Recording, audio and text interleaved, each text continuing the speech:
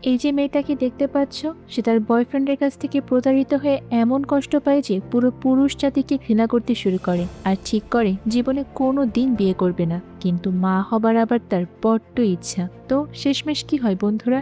এই মহিলাকে আদৌ তার মাতৃত্বের স্বাদ পাবে, নাকি আজীবন সে গোটা পুরুষ জাতিকে ঘৃণা করেই কাটিয়ে দেবে? এই সব কিছুই দেখবো আমরা আজকের মুভির গল্প লাভ কন্ট্রাকচুয়ালিতে। তাই চলো আর বেশি বক বক না করে শুরু করি কুহেলিকার আজকের গল্প। তো শুরুতেই আমরা ইয়ান নামের একটা মেয়েকে দেখতে পাই। সে একদিন লিফটের মধ্যে তার নিজের প্রেমিককে অন্য এক নারীর সঙ্গে ঘনিষ্ঠ অবস্থায় ধরে ফেলে। ইয়ান কিন্তু কোনো সাধারণ মেয়ে নয়, সে একটা বড় ইন্স্যুরেন্স কোম্পানির সিইও। আসলে অনেকদিন ধরেই তার প্রেমিককে সন্দেহ করছিল, কারণ ইয়েনেরই এক কর্মচারীর সঙ্গে সে গোপনে সম্পর্কে জড়িয়ে পড়েছিল। আর দুইজন কোম্পানির মধ্যে হলুদ রঙের স্টিকি নোট ব্যবহার করে একে অপরের সঙ্গে প্রেমের বার্তা আদান প্রদান করত। কিন্তু ওই দিনে তারা পুরো হাতে নাতে ধরা পড়ে। ইয়েন তো প্রচন্ড রাগ হয়ে যায় আর সঙ্গে সঙ্গে তাদের দুজনকে চাকরি থেকে বরখাস্ত করে। ওই ঘটনার পর থেকে হলুদ রং তার দুই চোখের বিষ হয়ে যায়। সে অফিসে একদম কড়া নির্দেশ দিয়ে যায় যে আজ থেকে তার সামনে কোনো হলুদ রঙের জিনিস রাখা যাবে না। মুহূর্তের মধ্যেই তো অফিসের কর্মীরা আতঙ্কে সব হলুদ জিনিস সরিয়ে ফেলে। ইয়েন এতটাই কঠোর একজন সিইও যে তার নাম শুনলে প্রত্যেকটা কর্মচারী ভয় কাঁপতে থাকে। একদিন তার অফিসে এক কর্মচারীর চুলে সে হলুদ রং দেখতে পায়। সঙ্গে সঙ্গে তা সে হলুদ রং বদলে কালো রং করে দেওয়া হয়। আর এরপরই আমরা দেখতে পাই বেনকে। সে একজন ডেলিভারি বয়, কিন্তু অত্যন্ত পরিশ্রমী এবং সৎ। তার বড় ভাই সম্প্রতি মারা গিয়েছে আর তার ভাইয়ের একটা ছেলে আছে যার আবার কানে গুরুতর সমস্যা, মানে অপারেশন না করলে এটা কোনোভাবেই ঠিক হওয়া পসিবল নয়। কিন্তু এই অপারেশনের জন্য আবার প্রচুর টাকা দরকার, এই জন্যই বেন রাত দিন ধরে পরিশ্রম করে। তো এর পরের দিনে তো আমরা দেখতে পাই ইয়ানকে তার ড্রাইভার কোম্পানির সামনে ড্রপ করে দেয়। লিফটে ঢোকার পর তার অ্যাসিস্ট্যান্ট আবার কিছু একটা স্প্রে করে দেয়। আসলে ইয়ানের একটু ব্রিদিং প্রবলেম আছে। এরপর সে কনফারেন্স রুমে ঢোকে মিটিং এর জন্য। কিন্তু আজকে সে কনফারেন্স রুমে একজন স্টাফকে কোনো একটা বিষয় নিয়ে অনেক বকাঝকা করে। এরপর যখন সে বাসায় ফিরে আসে তখন আমরা দেখতে পাই সে প্রচন্ড ক্লান্ত। আসলে ইয়েন বাইরে থেকে অনেক কঠোর হলেও ভেতর থেকে একদম নরম। আর ওই ব্রেকআপের পর তো সে একেবারেই ভেঙে পড়েছে আর কোনো মানুষকে এখন সে সহজে বিশ্বাস করতে পারে না। তবে ইয়েনের আবার সুফি নামের একটা ফ্রেন্ড আছে, সে থাকে ফ্রান্সে। তার বিয়ে হয়ে গেছে, এমনকি বাচ্চাও আছে। ইয়েন সময় পেলে তার সঙ্গে সমস্ত কথা শেয়ার করে। সোফি তখন তাকে সান্ত্বনা দেয় আর বলে যে একজন মানুষ খারাপ হয়েছে তো কি হয়েছে, এই দুনিয়াতে আরো অনেক ভালো মানুষ আছে, দেখবে সে তোমাকে কোনোভাবেই ধোকা দেবে না আর অনেক বেশি ভালোবাসবে। আসলে ইয়েনের মেন্টাল কন্ডিশন এমন হয়ে গিয়েছে যে সে এখন কোনো ছেলেকেই বিশ্বাস করতে পারে না, এমনকি বিয়েও করতে চায় না। তবে আবার সে একজন আদর্শ মা হতে চায় আর এই জন্যই আইভিএফ পদ্ধতির মাধ্যমে একটা বাচ্চা সে জন্ম দিবে। সে আরো বলে যে আমার তো আপনজন বলতে কেউ নেই, তাই অন্তত পক্ষে আমার নিজের একটা বাচ্চা থাকুক যে কখনো আমাকে কষ্ট দেবে না বা আমাকে ধোকাও দেবে না। কিন্তু এখন এই আইভিএফ পদ্ধতির জন্য দরকার একজন স্পার্ম ডোনারের। তাই ইয়েন তার অ্যাসিস্ট্যান্টকে বলে যে আমার জন্য একটা পার্সোনাল অ্যাসিস্ট্যান্টের ইন্টারভিউ অ্যারেঞ্জ করো। ইয়েনের আসলে প্ল্যান ছিল যে ইন্টারভিউর মাধ্যমে সে এমন একজন ছেলেকে খুঁজে বের করবে যে হবে স্মার্ট, ইন্টেলিজেন্ট, পাওয়ারফুল এবং বেশ কেয়ারিং। আর এরপর সে তার মেডিকেল চেক আপ করিয়ে স্পার্ম ডোনেট করার জন্য রাজি করিয়ে ফেলবে। তো এরপর একদিন দেখা যায় বেন ডেলিভারি দিতে ইয়েনের কোম্পানিতেই আসে আর সেখানে একটা পোস্টার দেখে তো সে পুরো অবাক হয়ে যায়। পার্সোনাল অ্যাসিস্ট্যান্টের বেতন প্রতিদিন 12,000 ইয়েন।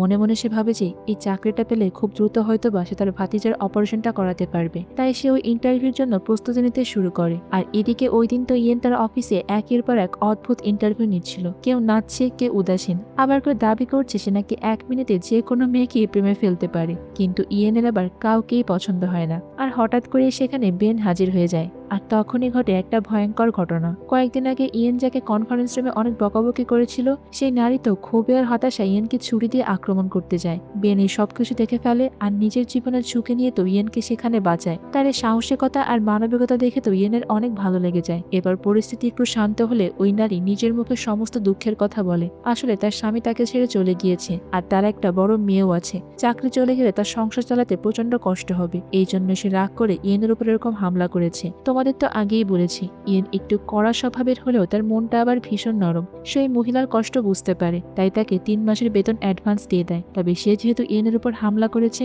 তাই তাকে আর কোম্পানিতে রাখে না। তো এরপর ইয়েন বেনকে নিজের পরিচয় দিতে বলে। বেন সব সত্যি কথাই খুলে বলে আর ইয়েন বুঝতে পারে যে বেন মানুষটা খুব সৎ এবং দায়িত্বশীল। কিন্তু এরপর আবার সে বেনকে নানান ধরনের প্রশ্ন করে, তুমি স্মোক করো কিনা, ড্রিঙ্কস করো কিনা। তখন বেন বলে যে ওসব বাজে অভ্যাস আমার নেই। আর এরপরে এসে বেনকে তার পার্সোনাল অ্যাসিস্ট্যান্ট হিসেবে নিয়ে নেয়। যদিও বাইরে থেকে এটা চাকরি মনে হলো, ইয়েনের মনে তো ছিল অন্য পরিকল্পনা, কারণ সে আইভিএফ পদ্ধতির মাধ্যমে মা হতে চায় আর বেনই হবে তার সন্তানের সম্ভাব্য বাবা। তো এরপর ইয়েনের অ্যাসিস্ট্যান্ট বেনকে একটা চুক্তিপত্র দেয় সই করার জন্য। বেন ওই চুক্তিপত্রটা না পড়েই সই করে দেয়। তখন অ্যাসিস্ট্যান্ট বলে যে একবার পড়ে তো দেখো, কিন্তু বেন বলে যে আমার এসব পড়ে কাজ নেই, আমার মাথায় এখন শুধুমাত্র আছে চাকরির চিন্তা আর টাকা। তো বেন তো চুক্তিপত্রটা সই করে দেয় আর পরের দিন থেকে সে তার কাজে যোগ দিয়ে দেয়। কিন্তু জয়েন করতে না করতে সে অনেকগুলো গড়মিল করে ফেলে। যেমন প্রথম দিন সে প্রায় 10 মিনিট দেরি করে পৌঁছায়, এরপর আবার গাড়ি দিয়ে একটা বাগানে লাইটই ভেঙে ফেলে। দরজা খুলতে গিয়ে দেখে সেটা বন্ধ আর নার্ভাস হয়তো অন্য একটা দরজা খুলে ফেলে। সে নিজেও জানে না যে সে কি করছে। কখনো কখনো তার ঠিকমতো মাথায় কাজ করে না। তবে শেষমেশ অনেক কষ্টে সে গাড়িতে উঠে পড়ে। তখন ইয়েন বলে যে আজ তোমার প্রথম দিন, তাই মাফ করলাম, কিন্তু সময়ের ব্যাপারে সবসময় সতর্ক থাকবে। এরপরে তারা লিফটে উঠে ফেলে। সেখানে আবার বেন একটা স্প্রে ইউজ করে, যেটা ইয়েনের পার্সোনাল অ্যাসিস্ট্যান্ট ইউজ করত, কিন্তু সে এটা আবার অনেক বেশি ইউজ করে ফেলে, যার কারণে তো সেখানে ইয়েনের প্রচন্ড হাঁচি শুরু হয়ে যায়। ইয়েন তখন চিৎকার করে বলে যে এই তুমি কি আমাকে মারতে চাও নাকি? আর এটা বলে সে দৌড়ে বাইরে চলে যায়। এরপরে দেখা যায় অফিসে ইয়েন কোন একটা বিষয় নিয়ে প্রচন্ড চিন্তা করছিল, কিন্তু বেন সেখানে ঢুকতে সে একটা ছুরি নিয়ে তার দিকে এগিয়ে যায়। বেন তো প্রচন্ড ভয় পেয়ে যায়, ভাবছিল ইয়েন হয়তো বা তাকে মেরেই ফেলবে, কিন্তু দেখা যায় যে ইয়েন তখন বেনের শার্টে ছোট্ট একটা সুতা কেটে দেয় আর বলে যে তুমি জানো না, আমার কাছে সবকিছু পারফেক্ট না হলে ভালো লাগে না। আমি ইমপারফেক্ট কোনো জিনিসই পছন্দ করি না, তাই জামা কাপড়ের বিষয়েও সবসময় সতর্ক থাকবে। তো আজকে ছিল আবার ইয়েনের জন্মদিন। অনেক ধনী মানুষই তার পার্টিতে আসে আর সেখানে ইয়েন বেনকে কেক আনতে বলে। বেন তো সেখানে কেক এনে মোমবাতি জ্বালায়, কিন্তু মেঝেতে পড়ে থাকা কাপড়ে আবার সে পা পিছলে পড়ে যায় আর পুরো কেকটিতে তখন আগুন ধরে যায়। তবে আমন্ত্রিত অতিথিরা তো ভয় পেয়ে সেখান থেকে পালিয়ে যায়। মানে বেনের কারণে ইয়েনের পুরো বার্থডে পার্টিটাই মাটি হয়ে যায়। এর পরের দিন আবার ছিল ইয়েনের একটা গুরুত্বপূর্ণ ক্লায়েন্টের সঙ্গে মিটিং।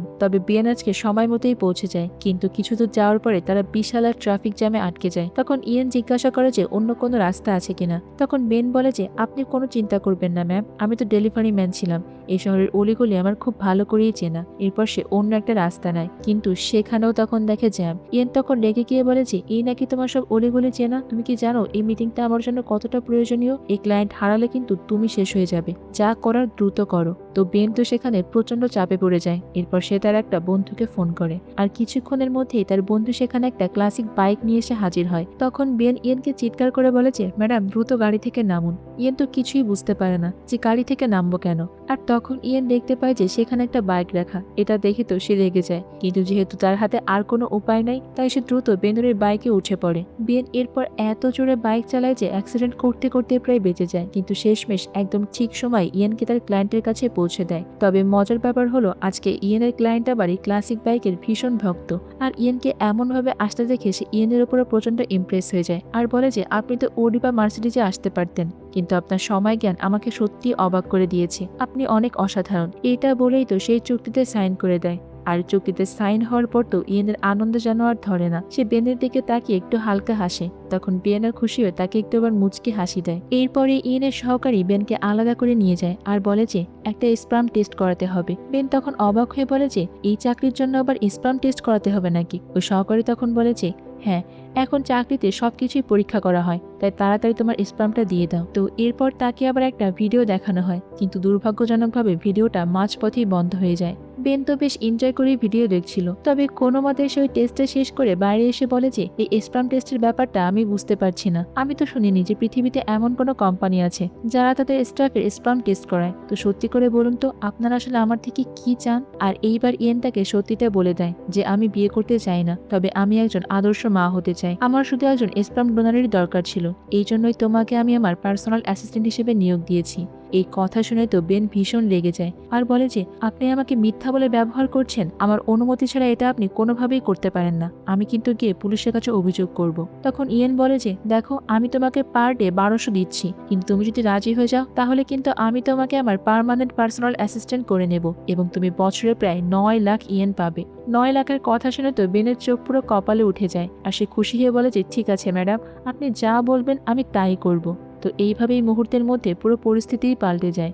এরপর বেনকে আবার আরো অনেক কাগজে সই করানো হয়। কি খাবে, কি পান করবে, কি পরবে, কি পরবে না, এই অগণিত নিয়মে তাকে পুরো জর্জরিত করে ফেলা হয়। ইয়েন বিশ্বাস করে যে এসব মেনে চলে তার ভবিষ্যৎ সন্তান সুস্থ হবে। তো এরই মধ্যে আবার বেনের সঙ্গে তার গার্লফ্রেন্ড দেখা করতে আসে, কিন্তু বেন সবসময় তার ভাতিজার অপারেশন আর কাজ নিয়ে ব্যস্ত থাকতো। সে তাকে মোটেও সময় দিত না, আর এই জন্য বিরক্ত হয়ে তার গার্লফ্রেন্ড তো ব্রেকআপ করে দিয়ে চলে যায়। এই সবকিছু আবার দূর থেকে ইয়েনের সহকারী দেখছিল, আর বেনের তো চুক্তি অনুযায়ী মদ্যপান নিষিদ্ধ, কিন্তু দুঃখ ভুলতে গিয়ে সে আজকে আবার একটু ড্রিঙ্কস করতে যায়। কিন্তু ঠিক তখনই সেখানে আবার ইয়েন এসে পড়ে। বেন বলে যে সরি ম্যাডাম, আমার ভুল হয়ে গিয়েছে, কিন্তু ইয়েন বলে যে আরে ঠিক আছে, ধীরে ধীরে খাও। তবে হঠাৎ করেই জানা যায় যে ইয়েন আসলে তাকে হাসপাতালে নিয়ে যাওয়ার জন্যই এসেছে।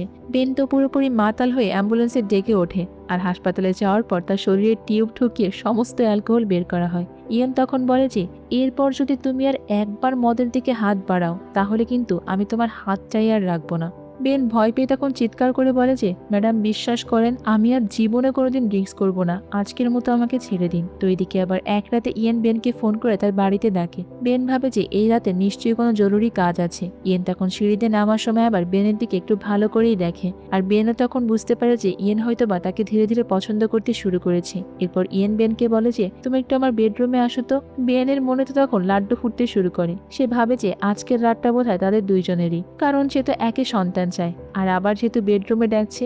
এই খুশিতেই তো বেন দৌড়ে চলে যায়। তবে যাওয়ার আগে সে আবার একটু পুশ আপ দিতেও শুরু করে, মানে শরীরটা একটু চাঙ্গা করে নিচ্ছিল আর কি। তো কিছুক্ষণ পর ইয়েন ফিরে এসে বলে যে এগুলো কি করছো? বেন তখন বলে যে ম্যাডাম আপনি তো বাচ্চা চান, তাই আমি একটু প্রস্তুতি নিচ্ছিলাম। ইয়েন তখন বিরক্ত হয়ে বলে যে তুমি কি পাগল নাকি, আর তুমি আমাকে কি ভেবেছো? আমার রুমের বাল্বটা নষ্ট হয়ে গিয়েছে, ওটা বদলাতেই আমি তোমাকে ডেকেছি। বাল্ব হাতে নেওয়া মাত্রই তো বেনের মুখে যে হাসিটা ছিল ওটা একেবারেই নিভে যায়। তো পরের দিন আবার দেখা যায় ইয়েনের সে এক্স বয়ফ্রেন্ড তার কাছে আসে, আর তার কাজের জন্য অনেকবার ক্ষমা চায়, তাকে শেষবারের মতো একটা সুযোগও দিতে বলে। আর এই সব কাহিনী আবার গাড়িতে বসে বেন দেখছিল, কিন্তু সে তো আর জানে না যে এই লোকটা ইয়েনের এক্স। ইয়েন দেখে যে বেন তার দিকে তাকিয়ে আছে, তাই বাইরে ঝামেলা না করে তার এক্স বয়ফ্রেন্ডকে ঘরের ভেতর নিয়ে যায়। ওই লোকটা ইয়েনকে বারবার বোঝায় যে তুমি আমাকে শেষবারের মতো একটা সুযোগ দিয়ে দেখো, কিন্তু ইয়েন বলে যে একবার বিশ্বাস ভাঙলে তার জোড়া লাগানো সম্ভব না, তুমি দয়া করে এখান থেকে চলে যাও। কিন্তু ওই লোক তো নাছোড়বান্দা, সে কোনোভাবে ইয়েনকে ছাড়ে না, এমনকি জোর করে তার হাত পর্যন্ত ধরতে যায়। আর তখনই বেন ভেতরে ঢুকে আসে আর বলে যে ম্যাডাম কি হয়েছে, ও কি আপনার সঙ্গে কোনো অসভ্যতামি করছে? ইয়েন বলে যে তুমি এই লোকটাকে বাইরে বের করে দাও। বেন তখন হুমকি দিয়ে বলে যে আপনি কি নিজে সসম্মানে এখান থেকে যাবেন, নাকি আমার কিছু করা লাগবে? যদি সম্মান বাঁচাতে চান তাহলে দ্রুত এখান থেকে বের হয়ে যান। ওই লোকটি তখন ভয় পেয়ে চলে যায়। ওই ঘটনার পর থেকেই তো ইয়েন ধীরে ধীরে বেনকে আবার বিশ্বাস করতে শুরু করে, আর এরপর তারা একটা বৃদ্ধাশ্রমে যায় যেখানে ইয়ানের বাবা থাকেন। তিনি আসলে আলঝেইমার নামের একটা বিরল রোগে আক্রান্ত, এই কারণে ঠিকমতো কাউকেই চিনতে পারে না, এমনকি তার নিজের মেয়ে ইয়ানকেও না। ইয়ান তখন ডাক্তারকে বলে যে পৃথিবীর সব সেরা ডাক্তারদেরকে আনুন, যত টাকা লাগে আমি দেব, কিন্তু আমার বাবাকে যে কোনোভাবেই সুস্থ করুন। ডাক্তাররা জানায় যে এটা আর চিকিৎসা করা সম্ভব নয়, আপনার বাবা একদম লাস্ট স্টেজেই আছে। এই কথা শুনে ইয়াং অনেকটা ভেঙে পড়ে। তখন ইয়ান বলে যে তাহলে অন্তত ভালোভাবে দেখাশোনা করুন, যে কটা দিন বাঁচে একটু ভালোভাবেই বাঁচুক। এই কথা শুনে ইয়ানের বাবা আবার তখন কাঁদতে কাঁদতে বলে যে তুমি আমাকে এখানে রেখো না, প্লিজ বাড়ি নিয়ে চলো। তবে আশ্চর্যের বিষয় হচ্ছে তার বাবার এই কান্না শুনে ইয়ান কষ্ট না পেয়ে উল্টো কঠোর কণ্ঠে বলে যে আমি তোমাকে বাড়ি নিচ্ছি না, তোমাকে এখানেই থাকতে হবে। এটা শুনে আবার বিয়েন অনেকটা অবাক হয়ে যায়, আর ইয়ানকে জিজ্ঞাসা করে যে আপনি এরকম ব্যবহার করছেন কেন? ইয়ান তখন রেগে গিয়ে বলে যে তুমি আমার আর আমার বাবার মধ্যে ঝুঁকবে না, তুমি আমার একজন কর্মচারী, সেরকমই থাকবে। তো ওই দিন কাজ শেষ করে ইয়েন বেরিয়ে দেখে যে বেন সেখানে নেই, এমনকি তাকে ফোনেও পাওয়া যাচ্ছে না। রাগে তো ইয়েন ট্যাক্সি করে বাড়িতে ফিরে আসে, আর বাড়িতে আসার পর দেখে যে পুরো ঘরটাই এলোমেলো। আসলে বেন ইয়েনের বাবাকে তার বাড়িতে নিয়ে এসেছিল। ইয়েন তখন চিৎকার করে বলে যে তোমার এত বড় সাহস, তুমি আমাকে না জিজ্ঞেস করে আমার বাবাকে আমার বাড়িতে নিয়ে এসেছো। বেন তখন তার কথা শুনে বলে যে বাবাকে বৃদ্ধাশ্রমে ফেলে রাখা আপনার ঠিক নয়, উনি তো আপনাকে জন্ম দিয়েছেন, বড় করেছেন, আপনি এইভাবে আপনার বাবাকে অসম্মান করতে পারেন না। আর আপনার দায়িত্ব এখন আপনার বাবাকে দেখে শুনে রাখা। আর এই প্রথম বেন ইয়েনকে ম্যাডাম না বলে তুমি বলেই সম্বোধন করে। ইয়েন তখন বলে যে তুমি জানো না তুমি কি করছো, কিন্তু বেন তো কোনো মতেই থামে না। সে বলে যে অফিসের সবাই আপনাকে রাগী আর স্বার্থপর বলে, কিন্তু আমি বিশ্বাস করতাম না। আমি সবসময় ভাবতাম আপনি যতই রাগী হন না কেন আপনি স্বার্থপর না, কিন্তু আমার সে ধারণা আপনি পুরোপুরি ভুল প্রমাণিত করলেন। আমি আপনার এই চাকরি আর করবো না, আজ থেকে আমি আপনার আর কোনো কর্মচারী নয়। এটা বলে সে সত্যি সত্যি চাকরি ছেড়ে দিয়ে চলে যায়। ওই ঘটনার 2 দিন পরই বেনের ফোনে একটা মেসেজ আসে। চুক্তি ভাঙার জন্য বেনের এখন 9 লাখ টাকা জরিমানা দিতে হবে।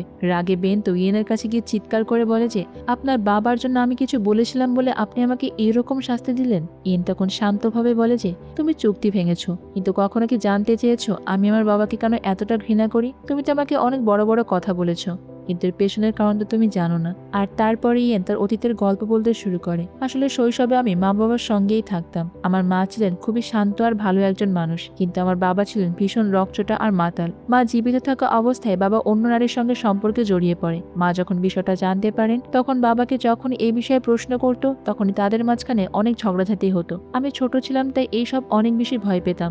একটা পর্যায়ে তো বাবা আমার মায়ের গায়ে হাত তুলতেও শুরু করে, আর আমি সেটা নীরবে দূরে দাঁড়িয়ে থেকে দেখতাম। বাবার নির্যাতন সহ্য করতে না পেরে মা একদিন আত্মহত্যা করে বসে, কিন্তু তাতেও বাবার আচরণ বিন্দু মাত্র বদলায়নি। তিনি একের পর এক নারীকে বাড়িতে নিয়ে আসতেন আর ওদেরকেই ভোগ করাতে ব্যস্ত থাকতেন। বাড়িতে যে তার একটা মেয়ে আছে এই ব্যাপারে সে কখনোই চিন্তা করেনি। আমি বড় হয়ে অন্য একটা শহরে বিশ্ববিদ্যালয়ে পড়াশোনা শুরু করি, এরপর চাকরিও পাই। কয়েক বছরের মধ্যে নিজের একটা কোম্পানিও গড়ে তুলি। প্রথম কাজ হিসেবে আমি আমার বাবার কাছে যাই একটা আইনি কাগজে সই নিতে, যেখানে লেখা ছিল সে আমার বাবা নয় আর আমি তার মেয়েও নই, আমাদের মধ্যে কোনো সম্পর্কও নেই।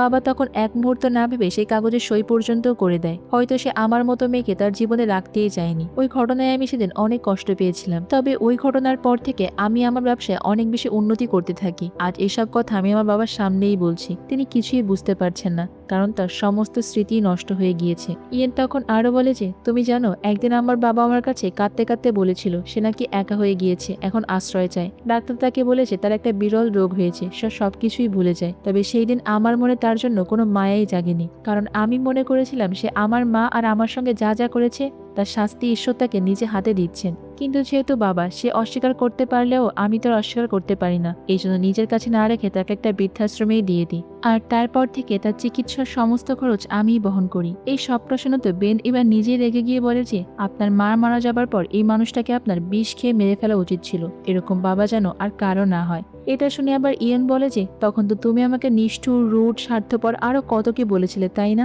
এখন বুঝতে পারছো আমি কেন এরকম ব্যবহার করছি? বেন তখন বেশ লজ্জিত হয়ে বলে যে, আমি অনেক দুঃখিত ম্যাডাম, আমি না বসিয়ে আপনাকে অনেক কিছু বলে ফেলেছি, পারলে আমাকে মাফ করে দিয়েন। তো এরপর তারা দুইজন আবার সেখানে নিজেদের দুঃখ ভোলার জন্য একটু মদ্যপান করতে শুরু করে। তখন ইয়েন জিজ্ঞাসা করে যে, আচ্ছা তোমার সম্পর্কে কিছু বলো তো, তোমার এত টাকার দরকার কেন? তখন বেন বলে যে, আমার একটা বড় ভাই ছিল, সে দুর্ঘটনায় মারা যায়, আর তার একমাত্র ছেলেকে এখন আমি মানুষ করছি। তার কানে একটা সমস্যা আছে আর এর জন্য ইমিডিয়েট অপারেশন করা দরকার, তবে এতে প্রচুর টাকা লাগবে, এই জন্যই আমি এই সব কিছু করতে বাধ্য হচ্ছি। তো এরপর বেন আবার ইয়ানকে জিজ্ঞাসা করে যে, সেদিন আপনার বাড়িতে যে লোকটা এসেছিল সে কে? ইয়েন বলে যে, ওই ছিল আমার বয়ফ্রেন্ড, কিন্তু সে আমাকে ঠকিয়েছে, তাও আবার অনেক বাজেভাবে।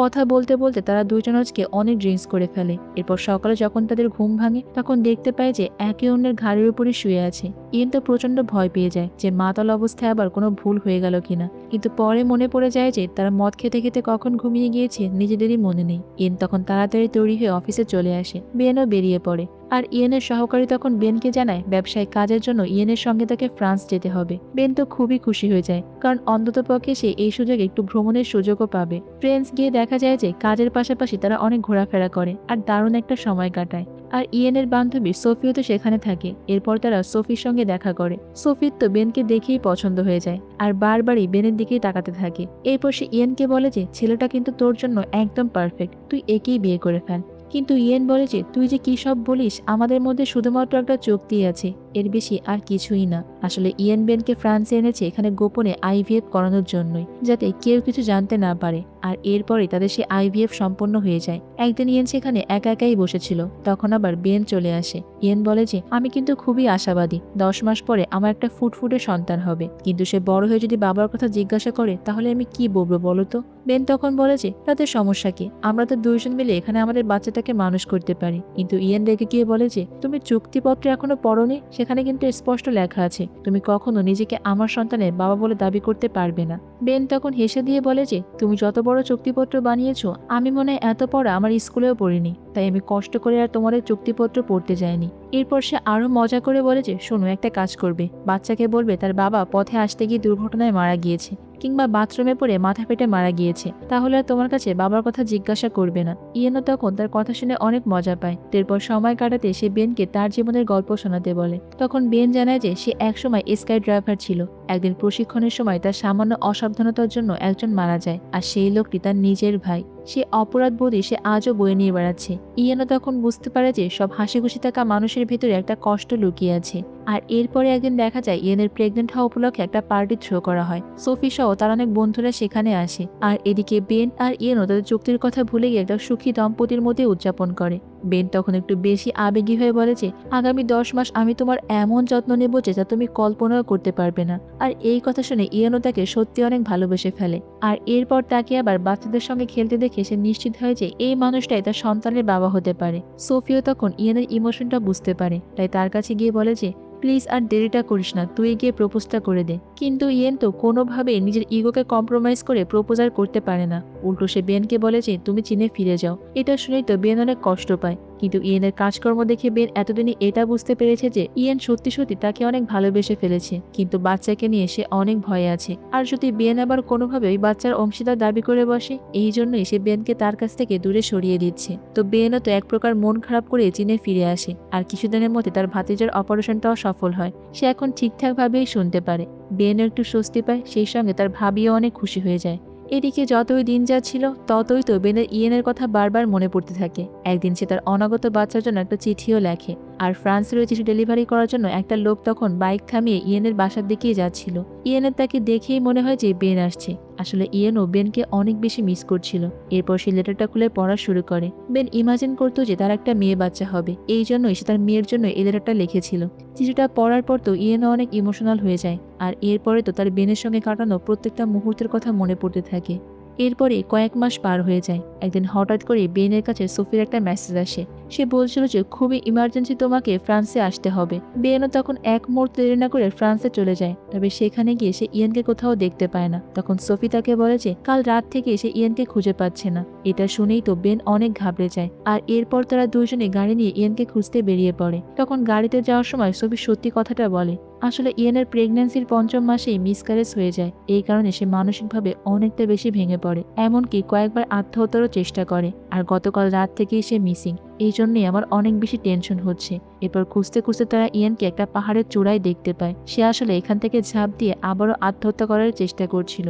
বেনকে দেখা মাত্রই তো ইয়েন তাকে ওখান থেকে চলে যেতে বলে। তখন বেন তাকে বোঝায় যে আমি বুঝতে পারছি বাচ্চাটা চলে যাও তুমি কোনোভাবে মেনে নিতে পারছো না, তবে ওটা তো আমারও বাচ্চা ছিল, আমারও অনেক খারাপ লাগছে, কিন্তু জীবন তো জীবনের মতো করেই চলবে। তোমাকে তো আমি আগেই বলেছি আমার জীবনেও ট্র্যাজেডি আছে। এরপর সে তার নিজের ভাইয়ের মৃত্যুর গল্পটা শোনায়। আর এই সবকিছু শোনার পর যদি তোমার মরার ইচ্ছা থাকে তাহলে চলো আমরা দুজন একসঙ্গে ঝাঁপ দিয়ে মারা যাব, কারণ বাচ্চাটা আমাদের দুইজনেরই ছিল। এটা বলেই সে ইয়েনকে নিয়ে সত্যি সত্যি পাহাড়ের উপর দিয়ে ঝাঁপ দেয়। এদিকে তার সব ফ্রেন্ডরা তো এই দৃশ্য দেখে অনেক ভয় পেয়ে যায় যে বেন এটা কি করলো। তবে একটু পরেই দেখা যায় যে প্যারাশুট সহ বেন আর ইয়েন দুইজনে আবারও উপরে উঠে আসছে। আসলে বেন যখন ইয়েনের সঙ্গে দেখা করতে এসেছিল তখন সে ঘাড়ে করে প্যারাশুট নিয়ে এসেছিল যাতে বিপদে পড়লে এটা ইউজ করতে পারে। তো ওই ঘটনার পরে তো ইয়েনের সত্যি সত্যি তার জীবনের প্রতি মায়া অনেক বেড়ে যায়। এরপর প্যারাশুট নিয়ে উঠতে উঠতে বেন তাকে বলে যে একবার চোখ খুলে দেখো পৃথিবীটা কত সুন্দর, আর তুমি এই সুন্দর পৃথিবী থেকে নাকি চলে যেতে যাচ্ছিলে। তো এরপর অনেকক্ষণ আকাশে থাকার পর তারা দুইজন যখন নিচে নেমে আসে তখন তো সেখানে মানুষের ভিড় জমে যায়। তারা সবাই ভাবছিল যে এক প্যারাশুটে কিভাবে তারা দুইজন নিচে নেমে আসলো। আর এরপরে কয়েকটা বছর কেটে যায়। আমরা দেখতে পাই যে বেন আর ইয়েন এখন বিবাহিত, এমনকি তাদের যমজ কন্যা সন্তানও আছে। আর এই ছোট্ট পরিবারে তারা দুইজন বেশ খুশি। আর তাদের এই খুশির মুহূর্তের মাধ্যমে আমাদের আজকের এই সুন্দর মুভির গল্পটাও শেষ হয়ে যায়। তো বন্ধুরা, আজকের গল্পটা তোমাদের কাছে কেমন লেগেছে? আসলে আমাদের সবার জীবনে সুখ দুঃখ সবই আছে। দুঃখ না থাকলে হয়তোবা আমরা সুখের মর্মটা বুঝতাম না, তাই না? তাই জীবনের শেষ দিন পর্যন্ত এসব সুখ দুঃখকে নিয়ে আমাদের বাঁচতে হবে। তো আজ এই পর্যন্তই থাক। দেখা হবে অন্য কোনো সুন্দর মুভির গল্প নিয়ে ভিন্ন কোনো সময়ে। ততক্ষণ পর্যন্ত তোমরা সবাই অনেক বেশি ভালো থাকবে এবং নিরাপদে থাকবে। আর অবশ্যই তো কুহিলিকার সঙ্গেই থাকবে, তাই না? আল্লাহ হাফেজ।